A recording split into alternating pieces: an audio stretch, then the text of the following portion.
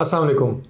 कहा जाता है कि इंसान वही बन जाता है जो वो अपने बारे में बार बार सोचता है, मगर वही सोच गलत हो तो अक्सर लोग अपनी ज़िंदगी को बेहतर बनाने की कोशिश करते हैं, लेकिन उनके जहन में छुपी हुई एक पुरानी कहानी उन्हें आगे बढ़ने ही नहीं देती।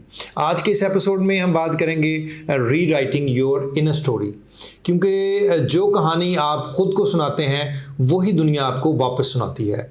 मैं हूं इमरान फैज़ और ये है speak to evolve the communication revolution की सीरीज़, और जिसका आप आज अब दूसरा हिस्सा देख रहे हैं। हर इंसान अपने अंदर एक स्क्रिप्ट राइटर होता है।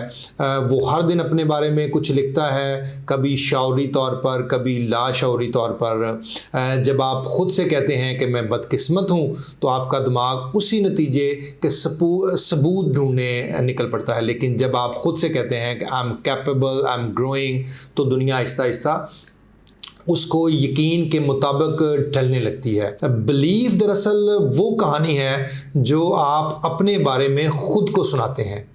अगर कहानी अच्छी नहीं तो नतीजा अच्छा कैसे होगा।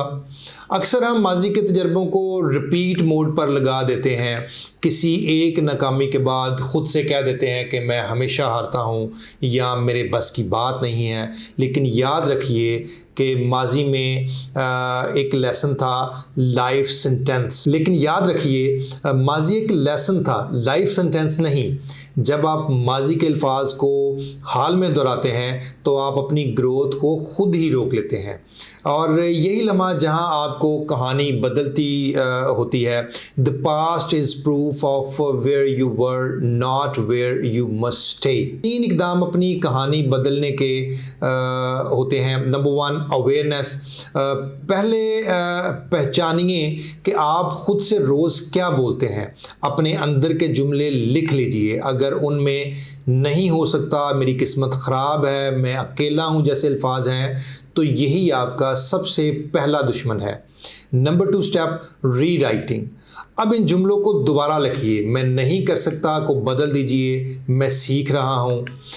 मेरी किस्मत ख़राब है को आप चेंज करके आप लिखें कि मैं अपनी किस्मत बना रहा हूँ। ये महज अल्फाज नहीं है, ये एक न्यूरल कमांड होती है। दिमाग उसी जहन पर चलता है जो आप उसे रोज़ देते हैं।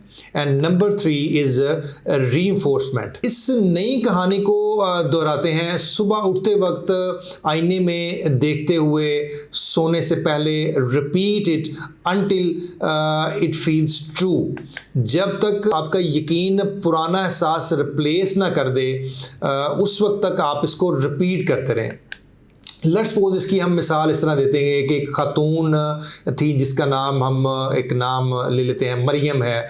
बहुत अरसे से वो ख़ुद को एक एवरेज समझती रही, नौकरी में, रिश्तों में, हर जगह में यही एहसास। फिर एक दिन उन्होंने सिर्फ एक जुमला बोला, आई एम ऑर्डनरी से becoming I am extra ordinary. अच्छा, उन्होंने ये जुमला हर सुबह दोहराना शुरू कर दिया, और कुछ ही हफ्तों में उनका कॉन्फिडेंस, उनका काम, उनके ताल्लुकात बदलने लग गए। क्यों? Y? Because when you change your language, you change your lens, and when you change your lens, you see new possibilities.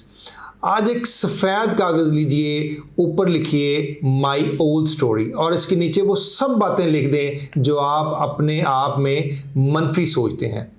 फिर एक नई हेडिंग उसमें आप डालें, माई न्यू स्टोरी, और हर जुमले को बदल दीजिए, मगर इस बार ईमान और इरादे के साथ। यही वो लम्हा है जहां आप अपनी कहानी के मुसन्नफ़ खुद ही बनते हैं।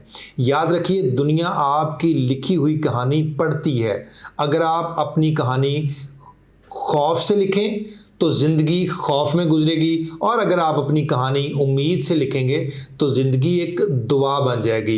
Your story is not about what happen to you, it's what you decide to believe about what happen to you. अगले एपिसोड में हम बात करेंगे वर्टिकल कम्युनिकेशन, यानी खुदा से बात दिल में उतर जाती है। How aligning your words with faith turns anxiety into clarity. तब तक याद रखिए कि अल्फाज बदलें, एहसास बदलें, एहसास बदले, ज़िंदगी बदलेगी। अपनी कहानी खुद लिखिए, मोहब्बत से बोलिए, और अपने यकीन को अपनी ज़ुबान का साथी बनाइए।